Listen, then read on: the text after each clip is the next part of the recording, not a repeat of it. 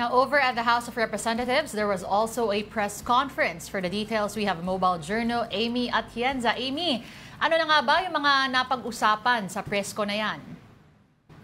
Well, Denise, kanina kung nasabi nga ni Mary Mon na naibigay na nga sa Senado itong submission pati rin manifestation mula sa House, nakumpirma na nga rin ni Atty. Odi Bukoy na meron tig 2 pages of manifestation and submission na ibinigay ang House of Representatives or yung House Prosecution Panel sa Senado patungkol nga dun sa magiging reply nila kay Vice President Sara Duterte. Though hindi ito mismong yung reply talaga, nag-submit lang sila ng mga requirements para nga may address din yung answer ad cautelam na ibinigay nga ni Vice President Sara Duterte. At balikan muna natin yung naging press conference din kahapon dito sa House of Representatives. No, sabi ni Attorney Bukoy nga na sumusunod lang naman sila sa saligang batas at wala nga daw naging parang unfactual na nangyari para sa House of Representatives dahil tuloy-tuloy naman daw at malinaw naman daw sa mga articles of impeachment yung mga ebidensya na ipinakita ng House Prosecution Panel. At kanina nga din nakausap din natin ito si Attorney Princess Abante pati na rin si Bulacan 5th District Representative Agay Cruz at sabi nga nila they are just for the accountability of the legislators.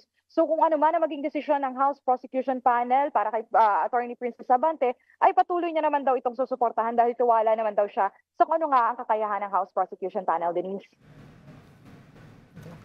Okay. May iba pa bang binanggit, Amy, patungkol sa kung ano pa yung mga susunod na gagawin para sa impeachment ni VP Sara? Well, so far, ang pinag-uusapan nga nila at inihintay na lang din talaga nila ay yung 20th Congress dahil magtutuloy-tuloy na nga ito sa 20th Congress. Ang plano nga lang din daw nila ay ma-address pa yung iba't ibang issues. Kabilang na nga din dyan yung pagkamatay ng isa sa mga director dito sa House. So yun yung mga napapag-usapan din nila dito sa press conference. Pero kung babalik tayo sa impeachment, iniintay nila ang 20th Congress para nga daw mapag-decidean din ng mga bagong papasok sa Kongreso kung ano nga ba magiging desisyon nila, kung matutuloy ba itong pagboto muli ng Kamara patungkol sa impeachment ni Vice President Sara Duterte. Wala namang humirit ulit ng parang Sara all, mga ganyan. Parang wala naman.